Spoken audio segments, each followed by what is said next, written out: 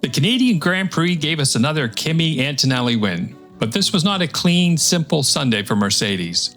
George Russell looked like he had the race in his hands for a big part of the afternoon, but a power unit failure ended his day and completely changed the story of the race. Antonelli took the win, his fourth straight victory, and that now gives him an even more substantial lead in the championship. But behind that result, there were strategy mistakes, strong midfield drives, a proper podium fight, and a few drivers further back who deserve some mention also. Hey everyone, Kevin here with the KCF1 Update Canadian GP Race Recap. The headline is Antonelli winning again, that's for sure. But the real story starts with the Mercedes fight.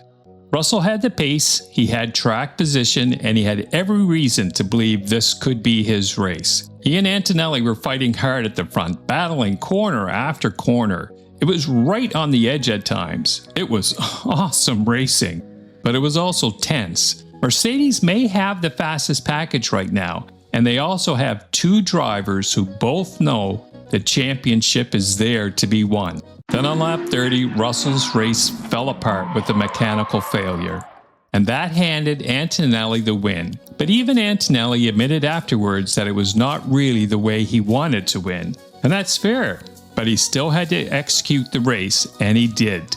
So Russell leaves Canada with nothing, and Antonelli leaves with another win and a 43-point lead in the championship.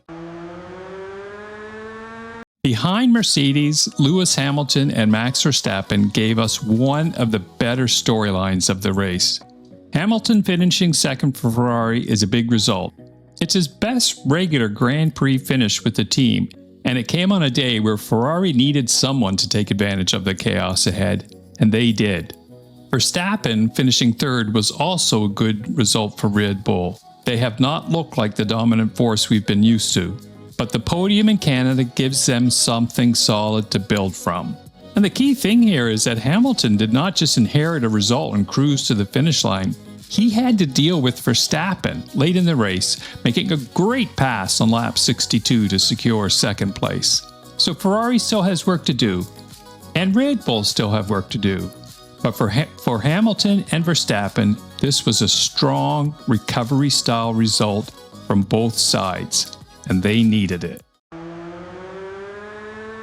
Now let's talk about McLaren, because this was the big strategy miss of the day. They came into the Canadian Grand Prix with strong pace, but the early intermediate tire gamble just did not work and did not make any sense. Lando Norris briefly got himself into the lead with a great start, but as the track dried, McLaren had to abandon the plan almost right away. Oscar Piastri pitted for slicks at the end of lap 1, and Norris followed at the end of lap 2, giving up the lead in the process.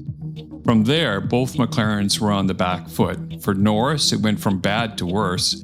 After the failed tire gamble had already pushed him into recovery mode at the back of the pack, his race ended around lap 40 with a gearbox or transmission problem. Piastri's afternoon was not much better. He finished 11th, 2 laps down and outside of the points after a penalty and damage from his clash with Alex Albon. So for McLaren, this was just not a missed opportunity. It was a complete race day collapse from a team that had the pace to be much closer to the front. Not something you expect from constructors' champions. Further back, there were some really strong drives that should not get buried. Franco Colapinto finished 6th for Alpine, and that's a good result. The Argentinian had a strong weekend in Montreal, and the international reaction around his drive is well deserved. Qualified well, raced well, and gave Alpine one of its strongest moments of the season so far. This kind of result is important for a driver trying to prove that he belongs. It wasn't flashy, it was just proper, well-managed racing. And Liam Lawson also deserves credit. He started 12th and finished 7th, matching his season-best result. He made early progress, managed the race well, and then had to hold off a fast Pierre Gasly late in the race. These are exactly the kind of drives teams notice. Not always headline-grabbing, but clean, tough, and with points in the bank. Canada was won at the front by Antonelli, but Colapinto and Lawson were also two of some of the best stories behind the podium. The midfield had its own drama too. Isack Hadjar finished 5th for the GP, but his race included a 10-second penalty for his defensive move against Charles on lap 35. To his credit though, Hadjar apologized afterwards and called the move stupid. That doesn't erase the mistake, but it does show good sportsmanship in that he understood what he had done wrong. Charles meanwhile finished 4th, which is solid on paper, but Ferrari will probably look back at this weekend and think there was more available. Sure, Hamilton got the podium, but Charles got points, but Ferrari still did not look like the team controlling the race. For Isack, the speed was there, but the racecraft still may need some cleaning up. And for Charles, it was another weekend where the result was decent, but maybe not quite what Ferrari needs if they want to keep Mercedes in their sights. So the bigger picture after Canada is pretty clear.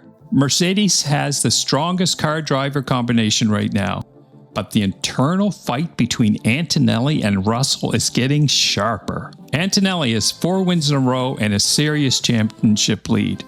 Russell has the pace to fight him, but Canada was a brutal points loss. Ferrari took a strong podium with Hamilton.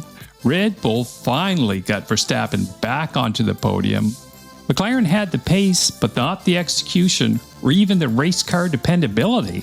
And the midfield had real stories too, especially with Colapinto and Lawson showing that this race was not only about the top 3. So that's the Canadian Grand Prix recap. Antonelli wins big, Russell loses big through no fault of his own, McLaren gets the strategy totally wrong, and the midfield gave us some of the best stories of the race. For more F1 news, quick summaries, race weekend updates, and the full race center with results and session laps, please head over to kcf1update.ca. I work hard to keep it updated with the biggest stories summarized for a quick read. Thanks for listening. Have a good one.